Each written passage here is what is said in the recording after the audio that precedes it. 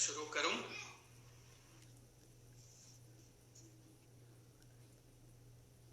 اعوذ باللہ من الشیطان الرجیم فَإِذَا رَأَيْتَهُمْ تُعْجِبُكَ أَجْسَامُهُمْ وَإِنْ يَقُولُوا تَسْمَعْ لِقَوْلِهِمْ كَأَنَّهُمْ خُشُبٌ مُّسَنَّدَةٌ يَحْسَبُونَ كُلَّ صَيْحَةٍ عَلَيْهِمْ فاحذرهم قاتلهم الله أنى يؤفكون وإذا رأيتهم، اور جب رأيتهم آپ دیکھتے ہیں ان کو، تعجبک تو اچھے لگتے ہیں آپ کو، اجسامهم ان کے جسم، وہیں یقولوا اور اگر وہ بات کریں، تسمع لقولهم کان لگائیں ان کی بات پر، کانہم خشب مسندہ گویا کہ وہ لکڑیاں ہیں ٹیک لگائی ہوئی، یحسبون وہ گمان کرتے ہیں، کل صیحۃ ہر چیخ یا ہر بلند آواز، علیہم ان کے خلاف ہے، ہم العدو وہی ہیں دشمن پورے کے، فاحذرهم لہذا آپ ان سے بچیں، قاتلهم اللہ ہلاک کرے انہیں اللہ، انا یؤفکون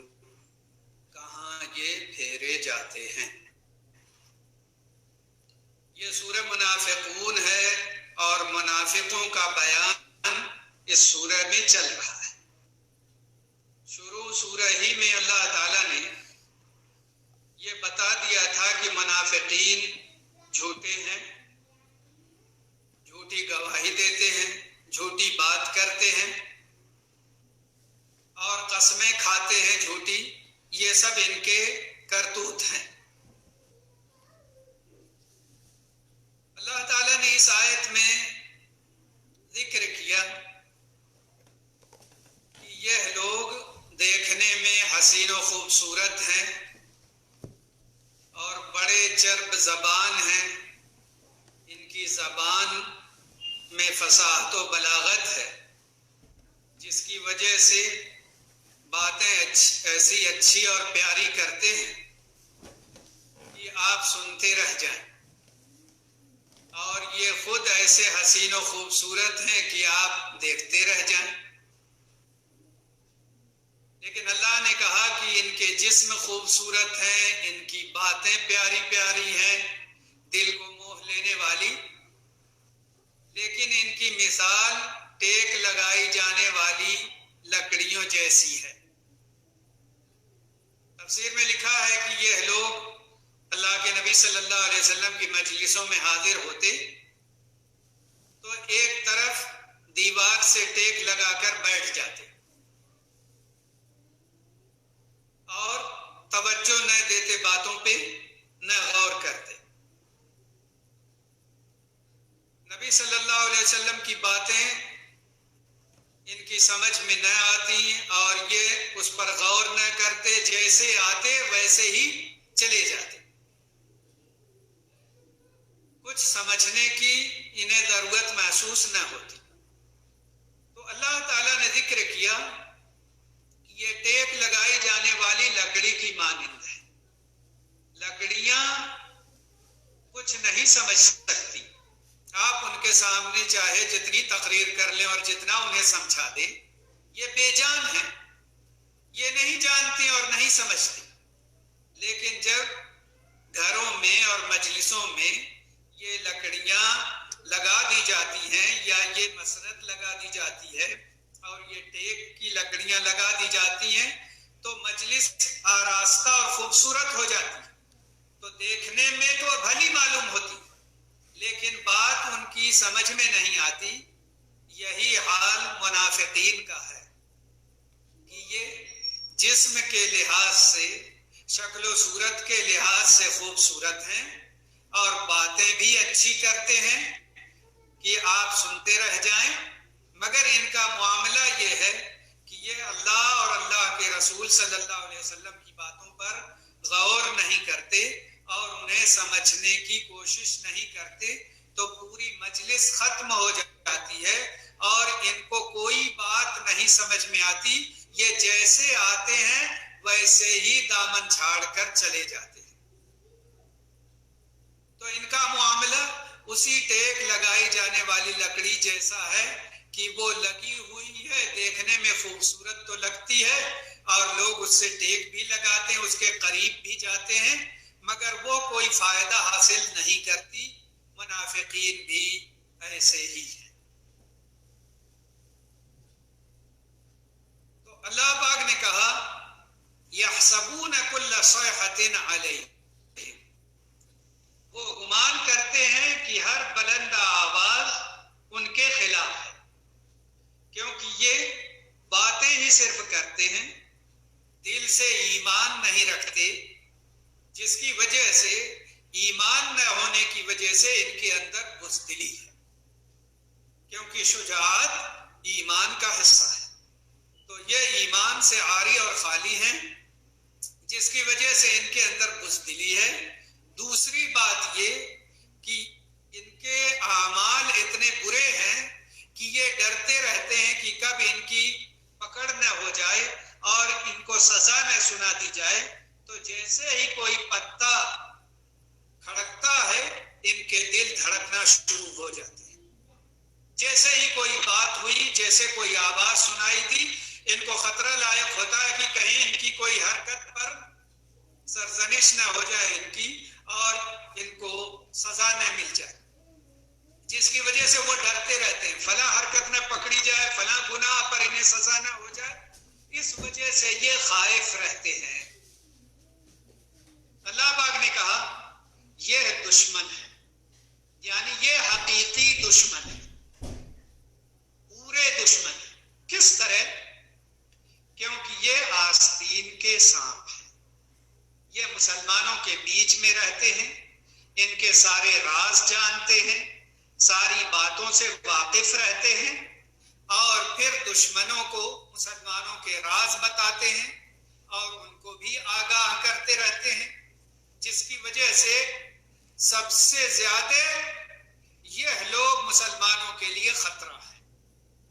اور ہمیشہ سے ان لوگوں نے یہودیوں کا ساتھ دیا، کفار و مشرکین کا ساتھ دیا، یہاں تک کہ جنگ بدر سے پہلے بھی کفار مکہ نے جو لیڈر بھیجا تھا وہ اسی عبداللہ ابن ابی بن سلول جو منافقوں کا سردار تھا اسی کے پاس بھیجا تھا اور کہا تھا کہ ہمارے لوگ تمہارے پاس گئے ہوئے ہیں اور تم لوگ انہیں اپنے پاس جگہ دیے ہوئے، انہیں ٹھکانہ دیے ہوئے ہو، ان سے لڑو اور جنگ کرو، ان کو مارو یا پھر مدینہ سے ان کو نکال دو. جب اس کو لیڈر ملا وہ تو ایسا چاہتا ہی تھا. کیوں ایسا چاہتا تھا؟ کیونکہ نبی صلی اللہ علیہ وسلم کے مدینہ جانے سے پہلے اس کی تاج پوشی ہونے والی تھی اور اوس و خزرج دونوں قبیلے اس کو سردار اور اپنا بادشاہ بنانے والے تھے. نبی صلی اللہ علیہ وسلم کے جانے سے اب اس کی بادشاہت چھن گئی تھی، جس کی وجہ سے وہ دل میں دشمنی چھپائے ہوئے تھا. تو وہ ایسا چاہتا ہی تھا کہ مسلمان مدینہ سے نکلیں. اس لیے جب کفار مکہ کا خط اس کو ملا تو وہ اپنے ماننے والوں کو تیار کرنے لگا کہ مسلمانوں سے جنگ کرے گا. نبی صلی اللہ علیہ وسلم کو اطلاع ملی تو آپ بنفس نفیس اس کے پاس گئے اور اس سے کہا کہ کیا تم اپنے بیٹوں اور اپنے رشتہ داروں اور اپنے گھر کے لوگوں سے جنگ کرو گے؟ کیونکہ اس کا بیٹا ان کا نام بھی عبداللہ تھا، وہ مسلمان تھے اور اسی طریقے سے اس کے خاندان کے لوگ اور رشتہ دار بہت زیادہ مسلمان تھے. تو اگر وہ جنگ کرتا تو اپنے ہی خیش و اقارب اور اپنے لوگوں سے جنگ کرتا. تو نبی صلی اللہ علیہ وسلم نے کہا کہ تم لڑنا چاہتے ہو اپنے گھر والوں سے، اپنے بیٹوں سے، اپنے رشتہ داروں سے لڑو. تو جب آپ نے اس کو یہ باتیں کہی تو اس کو بات سمجھ میں آ گئی اور وہ جنگ کرنے سے باز آ گیا اور جو اس کے ساتھ تھے وہ وہاں سے بکھر گئے اور دور ہو گئے. تو اللہ پاک نے کہا کہ یہی دشمن ہے یہ تمہاری اطلاع کفار کو بھی دیتے ہیں اور یہودیوں کو بھی دیتے ہیں اور تمہیں نقصان پہنچانے میں کوئی کسر نہیں اٹھاتے. تو اللہ پاک نے کہا فاحذرہم، ان سے بچ کر رہو، کیونکہ جو دوسرے دشمن ہیں ان کے بارے میں پتا ہے وہ آئیں گے تو مقابلہ ہوگا، لیکن یہ وہ ہیں جو چھپے ہوئے ہیں، اندر سے دشمن ہیں اور ظاہر میں دوستی کا اظہار کرتے ہیں، اس لیے ان سے بچنے کی زیادہ ضرورت ہے. پھر اللہ پاک نے کہا قاتلہم اللہ، ہلاک کرے انہیں اللہ، انا یؤفکون، کہاں یہ پھیرے جاتے ہیں کہ انہوں نے کلمہ پڑھ لیا، اپنے آپ کو مسلمان بتاتے ہیں، لیکن اس کے باوجود دیکھو ان کی حرکتیں کیسی ہیں، ان کے اعمال کیسے ہیں، اور دل سے کس طرح یہ لوگ کافر و مشرک ہیں اور کفار و مشرکین کا ساتھ دیتے ہیں. تو یہ اللہ کی رحمت کے مستحق نہیں، بلکہ اللہ کے عذاب اور اللہ کی ناراضگی اور اللہ کی تہلیک کے مستحق ہیں. وَإِذَا قِيلَ لَهُمْ تَعَالَوْا يَسْتَغْفِرْ لَكُمْ رَسُولُ اللَّهِ لَوَّوْا رُؤُوسَهُمْ وَرَأَيْتَهُمْ يَصُدُّونَ وَهُمْ مُسْتَكْبِرُونَ. اور جب کہا جاتا ہے ان سے تعالو آؤ، یستغفر لکم، استغفار کریں تمہارے لیے رسول اللہ، اللہ کے رسول صلی اللہ علیہ وسلم، لووا رؤوسہم، تو وہ پھیر لیتے ہیں اپنے سر، موڑ لیتے ہیں اپنے سر. وَإِذَا رَأَيْتَهُمْ، اور جب آپ دیکھیں انہیں، وَرَأَيْتَهُمْ، اور آپ دیکھیں انہیں، یصدون، وہ رکتے ہیں، وہم مستکبرون، اس حال میں کہ وہ تکبر کرتے ہیں، وہ تکبر کرنے کی وجہ سے رک جاتے ہیں اور اللہ کے رسول صلی اللہ علیہ وسلم کے پاس نہیں آتے. اصل میں یہ جب کوئی غلطی کرتے ہیں، گناہ کرتے ہیں، شرارت کرتے ہیں، تو بعض مسلمان ان سے کہتے ہیں کہ تم سے یہ غلطی ہو گئی تو چلو اللہ کے رسول صلی اللہ علیہ وسلم کے پاس اپنی غلطی کا اعتراف کر لو اور نبی صلی اللہ علیہ وسلم سے کہو کہ میرے لیے استغفار کر دیجئے تاکہ اللہ مجھے معاف کر دے میری غلطیوں کا. تو یہ لوگ جاتے نہیں، تکبر کرتے. ایک بار ایسا ہوا کہ عبداللہ ابن ابی سے، جو منافقوں کا سردار تھا، بعض صحابہ نے کہا کہ تم سے فلاں فلاں غلطی ہو گئی ہے، تو چلو نبی صلی اللہ علیہ وسلم کے پاس جا کر ان سے کہو کہ آپ میرے لیے دعائے مغفرت کر دیں. تو اس نے کہا کہ تم لوگوں کے کہنے پر میں کلمہ پڑھا، مسلمان ہو گیا، پھر تم لوگ کہتے ہو نماز پڑھو تو میں نماز بھی پڑھا، پھر تم لوگ کہتے ہو زکوٰۃ دو، میں نے زکوٰۃ بھی دی، تو کیا اب میں تمہارے رسول کے پاس جا کر سجدہ کروں؟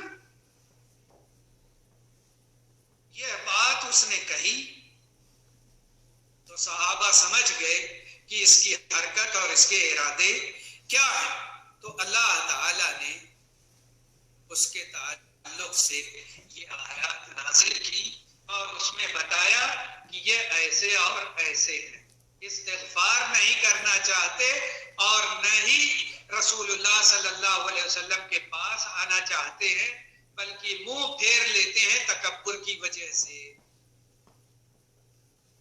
کیونکہ ان کا ارادہ دین کا نہیں، مغفرت کا نہیں، جنت طلب کرنے کا نہیں، بلکہ اپنی جان بچانے کے لیے اور معاشرے میں اپنے آپ کو اچھا ثابت کرنے کے لیے کلمہ تو پڑھ لیے اور بعض اوقات نماز بھی پڑھ لیتے ہیں اور زکوٰۃ دے دیتے ہیں، لیکن حقیقت میں یہ دل سے مومن نہیں.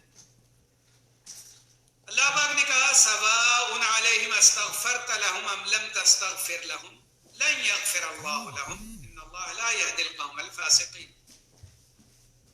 برابر ہے ان پر، آپ ان کے لیے استغفار کریں یا ان کے لیے استغفار نہ کریں، اللہ انہیں ہرگز نہیں بخشے گا. یقیناً اللہ تعالیٰ فاسق قوم کو ہدایت نہیں دیتا. اللہ پاک نے کہا کہ ان کے لیے استغفار کریں یا نہ کریں، اللہ انہیں ہرگز نہیں بخشے. اس میں اللہ تعالیٰ نے یہ بتایا ہے کہ اللہ تعالیٰ معاف اسے کرتا ہے جو خود معاف پروردگار ہو، جو خود چاہتا ہو، لیکن جس کا دل اللہ کی طرف مائل نہ ہو اور جو شرمندہ نہ ہو اپنے گناہوں پر اور جو معافی نہ مانگنا چاہتا ہو، تو اللہ کو ضرورت نہیں ہے اسے معاف کرنے کی۔ اور اگر وہ خود نہ چاہتا ہو تو اللہ کے رسول بھی اس کے لیے استغفار کریں، تب بھی اللہ تعالیٰ انہیں معاف نہیں کرے گا، کیونکہ پہلے بندے کی خود رغبت اور خواہش اللہ کی طرف ہونی چاہیے اور وہ خود اللہ کے سامنے عاجزی کا اظہار کرے اور معافی طلب کرے، تب ایسی صورت میں اس کے لیے معافی ہے۔ لیکن جو ایسا نہ ہو تو اس کے لیے معافی نہیں ہے۔ ان لوگوں کا معاملہ یہ تھا کہ عبداللہ ابن ابی جو منافقوں کا سردار تھا، اس کے بیٹے کا نام بھی عبداللہ تھا اور اس کے بیٹے جو تھے وہ پکے مسلمان تھے۔ تو عبداللہ ابن ابی کا انتقال ہو گیا تھا غزوہ تبوک کے بعد کچھ عرصے بعد۔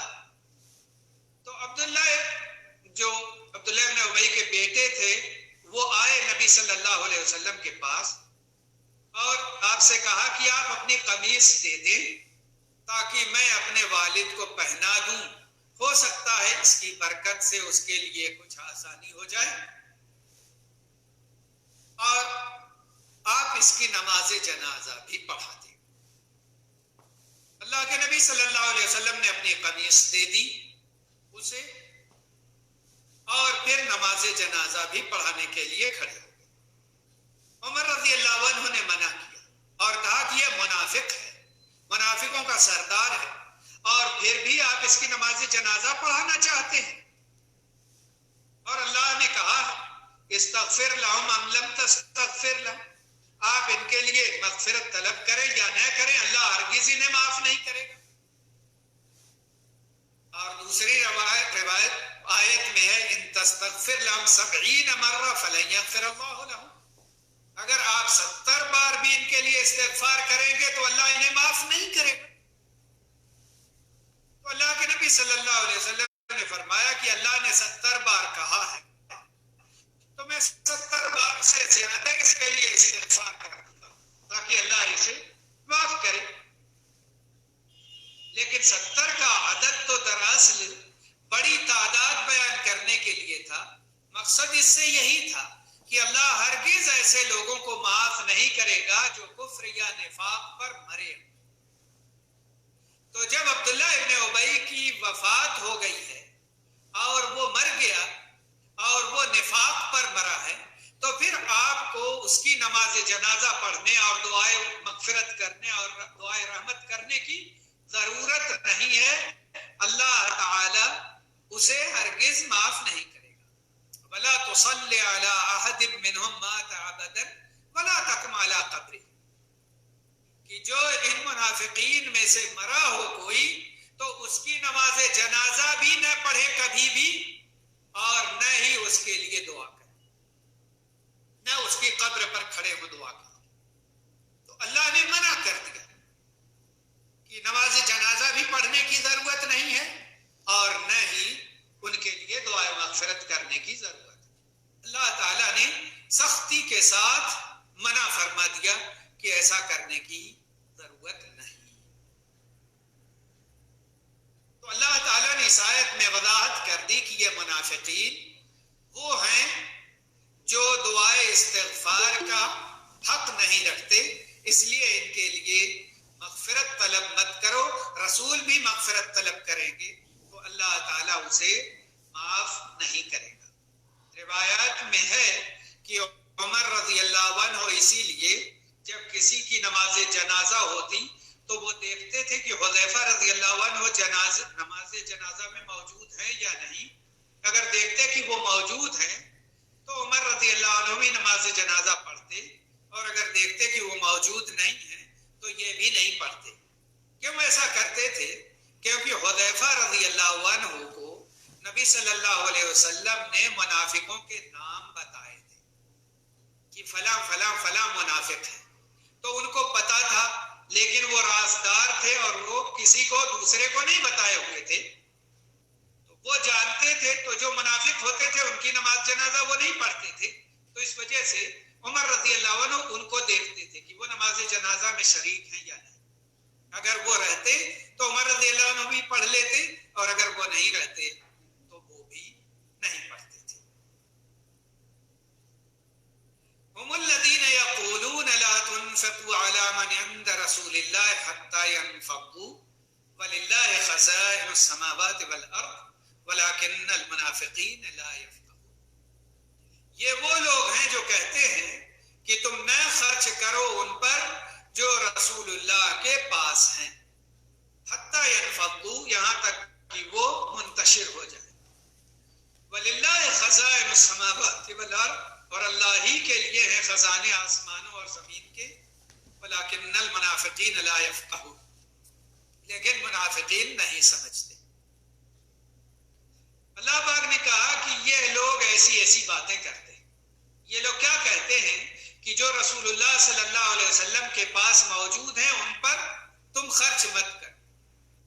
یہ منافقوں کا سردار عبداللہ بن ابی اور اس کے ساتھی انصار سے کہتے تھے، انصار مدینہ سے، کہ ان مہاجرین پر خرچ مت کر، انہیں کچھ مت دو، جب یہ بھوکے مریں گے تو خود ہی یہاں سے بھاگ جائیں گے اور مدینہ ان لوگوں سے پاک ہو جائے، اس لیے ان پر خرچ کرنے کی ضرورت نہیں. اس نے انصار مدینہ سے یہ بات کہی، لیکن انصار تو سچے مسلمان تھے، وہ کہاں اس کی بات ماننے والے تھے. لیکن اس نے یہ بات کہی تاکہ مسلمان جو مہاجرین ہیں وہ یہاں سے چلے جائیں، نبی صلی اللہ علیہ وسلم چلے جائیں، اور پھر سے اس کی بادشاہت لوٹ آئے، جیسے اوس اور خزرج نے ارادہ کیا تھا آپ کی ہجرت سے پہلے. تو ان لوگوں نے یہ بات کہی. اللہ پاک نے کہا خزانے اللہ کے پاس ہیں، آسمانوں کے بھی اور زمین کے بھی. اللہ جسے عطا کرے اسے ملے گا، اور اللہ جس سے چھین لے اسے کچھ نہیں ملے گا. جب سارے خزانے اللہ کے پاس ہیں، سارا رزق اللہ کے پاس ہے، تو اللہ تعالی جس سے دے گا وہ پائے گا. تو تم یہ بات کیوں نہیں سمجھتے؟ اگر اللہ تعالیٰ تم سے چھین لے اور مہاجرین کو دے دے تب تم کیا کرو گے؟ تو اللہ پاک نے کہا کہ یہ بات منافقین نہیں سمجھتے. وہ سمجھتے ہیں کہ وہی مالک ہے اور انہی کے پاس خزانے اور یہی سب کچھ کرنے والے. ان کا یہ ایمان نہیں کہ اللہ تعالیٰ اصل عطا کرنے والا ہے، وہی رزق دیتا ہے، اور وہ رزق نہ دے تو کوئی نہیں پاتا. یہ بات ایمان والے جانتے ہیں، منافقین اور کفار مشرکین نہیں جانتے. یقولون لئن رجعنا الى المدینة لیخرجن العز منها الاذل وللہ العزة ولرسولہ وللمؤمنین ولکن المنافقین لا يعلمون. یہ لوگ کہتے ہیں کہ اگر ہم مدینہ لوٹ کر گئے تو ضرور نکال دیں گے معزز ترین لوگ منہا اس سے، یعنی مدینہ سے، الاذل ذلیل ترین لوگوں کو. وَلِلَّهِ الْعِزَّةُ وَلِرَسُولِهِ وَلِلْمُؤْمِنِينَ وَلَكِنَّ الْمُنَافِقِينَ لَا يَعْلَمُونَ. حالانکہ اللہ ہی کے لیے عزت ہے اور اس کے رسول کے لیے اور مومنوں کے لیے، لیکن منافقین یہ بات نہیں جانتے، ان کو اس کا پتہ نہیں اور اس کا علم نہیں. غزوہ بنی مصطلق میں اصل دو واقعات خلاف توقع پیش آ گئی تھی. ایک واقعہ تو واقع افک تھا جو عائشہ رضی اللہ عنہا پر الزام لگایا تھا منافقین نے، اس کی وجہ سے بڑی شرانگیزی ہوئی اور منافقین نے بہت باتیں بنائیں. اور دوسری ایک بات یہ ہوئی کہ اسی غزوے میں ایک انصاری اور ایک مہاجر دونوں کی آپس میں لڑائی ہو، اور ایک مہاجر نے ایک انصاری کو لات مار دیا، جس کی وجہ سے انصاری نے انصار کو پکارا اور مہاجر نے مہاجرین کو پکارا. جب اللہ کے نبی صلی اللہ علیہ وسلم کو پتہ لگا تو آپ ان کے پاس گئے اور کہا کیا تم لوگ جاہلیت کی پکارتے ہو؟ اللہ تعالیٰ نے اسلام کے ذریعے تمہیں عزت دی ہے، پھر وہی جاہلیت کی پکار، پھر لوگ خاموش رہے اور جدا ہو گئے۔ لیکن عبداللہ ابن ابی اور اس کے ساتھی دوسرے لوگوں سے مہاجرین کے خلاف باتیں کرنے لگے اور کہنے لگے کہ تم لوگوں نے ان لوگوں کو پناہ دی اور اب دیکھو یہ ہمارے لیے مصیبت بنے ہوئے ہیں۔ اس طرح کی باتیں وہ کہنے لگا، اور اس کے بعد اس نے کہا کہ چلو اب اس غزوے سے واپس جاتے ہیں تو مدینہ سے ہم ان ذلیل ترین لوگوں کو نکال دیں گے۔ یعنی وہ کہتا تھا کہ اپنے آپ کو باعزت کہتا تھا کہ معزز ترین لوگ نکال دیں گے ذلیل ترین لوگوں کو، یعنی منافقین مومنوں کو اور نبی صلی اللہ علیہ وسلم کو نکال دیں گے۔ اس کی بات کا یہ مطلب تھا، یہ بات اس نے کہی۔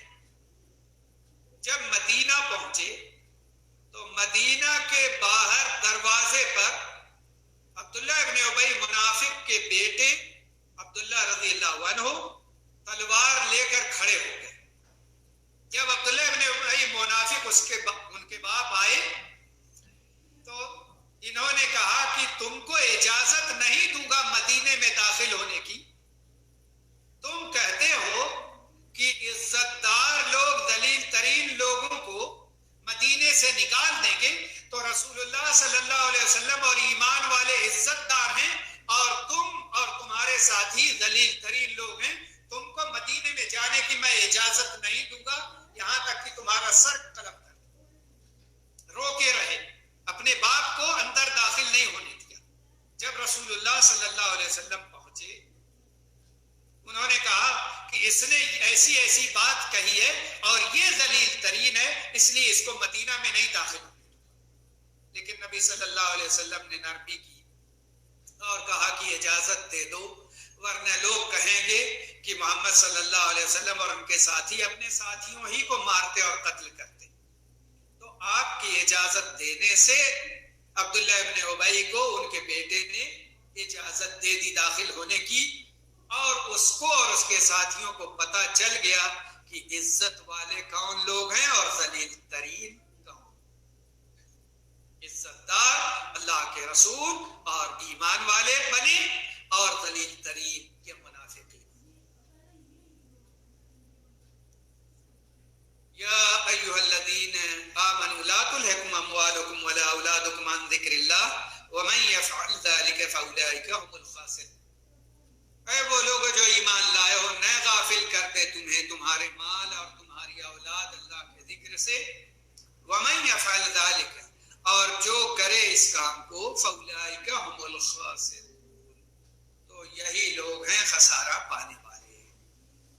اب اللہ پاک نے اس آیت میں مومنوں کو سمجھایا ہے کہ دیکھو، تمہارا سب سے بڑا جو خیال ہو وہ ہو آخرت اور اس کی کامیابی، اللہ کی رضامندی، جنت کا حصول۔ باقی دنیا کی چیزیں فانی ہیں، آج ہے کل نہیں رہے گی۔ ایسا نہ ہونے پائے کہ مال کی محبت میں، اولاد کی محبت میں تم اللہ سے غافل ہو جاؤ، دین سے غافل ہو جاؤ، اللہ کی اطاعت سے غافل ہو جاؤ، اسلامی آداب و احکام سے غافل ہو جاؤ، حلال کی تمیز چھوڑ بیٹھو۔ ایسا نہ ہونے پائے، اور اللہ کے راستے میں مال خرچ کرنے سے غافل ہو جاؤ، ایسا نہ ہونے پائے۔ مال اور اولاد دونوں کا خاص طور سے ذکر کیا، ورنہ اس میں وہ ساری چیزیں شامل ہیں جو کسی انسان کو اللہ سے، اللہ کے ذکر سے، نماز روزے سے، اللہ کی عبادت سے دور کرتے۔ تو چاہے وہ کوئی کام ہو، وہ سب اس میں شامل ہیں۔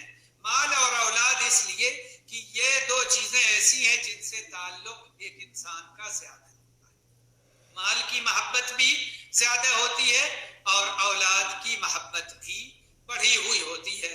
اس لیے خاص طور سے ان کا تذکرہ کیا کہ یہ جن کی محبت تمہارے دل میں موزن ہے، کبھی بھی یہ تمہیں اللہ سے اور اللہ کے ذکر سے اور دین سے غافل نہ کرنے پائیں، ورنہ خسارہ تمہارا مقدر بن جائے گا۔ تو کہا کہ جو ایسا کرے گا وہ خسارے میں رہے گا۔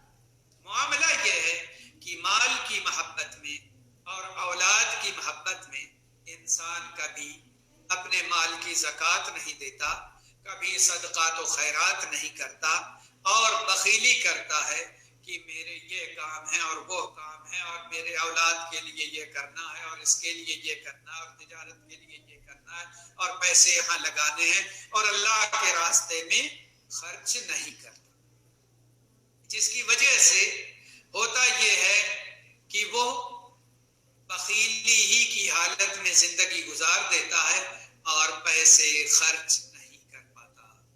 اللہ پاک نے اگلی آیت میں نصیحت کی، وَأَنفِقُوا مِمَّا رَزَقْنَاكُم مِّن قَبْلِ أَن يَأْتِيَ أَحَدَكُمُ الْمَوْتُ فَيَقُولَ رَبِّ لَوْلَا أَخَّرْتَنِي إِلَىٰ أَجَلٍ قَرِيبٍ فَأَصَّدَّقَ وَأَكُن مِّنَ الصَّالِحِينَ وَلَن يُؤَخِّرَ اللَّهُ نَفْسًا إِذَا جَاءَ أَجَلُهَا وَاللَّهُ خَبِيرٌ بِمَا تَعْمَلُونَ۔ اور خرچ کرو اس میں سے جو ہم نے تمہیں رزق دیا ہے، اس سے پہلے کہ آ جائے تم میں سے کسی کے پاس موت، تو وہ کہنے لگے کہ اے میرے رب، کیوں نہیں مجھے مہلت دے دی، الی اجل قریب، تھوڑی سی مدت کے لیے، فاصدق، کہ میں صدقہ کرتا، واکم من الصالحین، اور ہو جاتا نیکوں میں سے۔ چونکہ مال و اولاد کی محبت میں اس نے خرچ نہیں کیا، صدقات و خیرات نہیں کیے، مال کی زکوٰۃ نہیں دی، جب موت کا وقت قریب آیا تب وہ کہتا ہے کہ میں نے تو یہ سب کیا نہیں، اب میرا کیا انجام ہوگا؟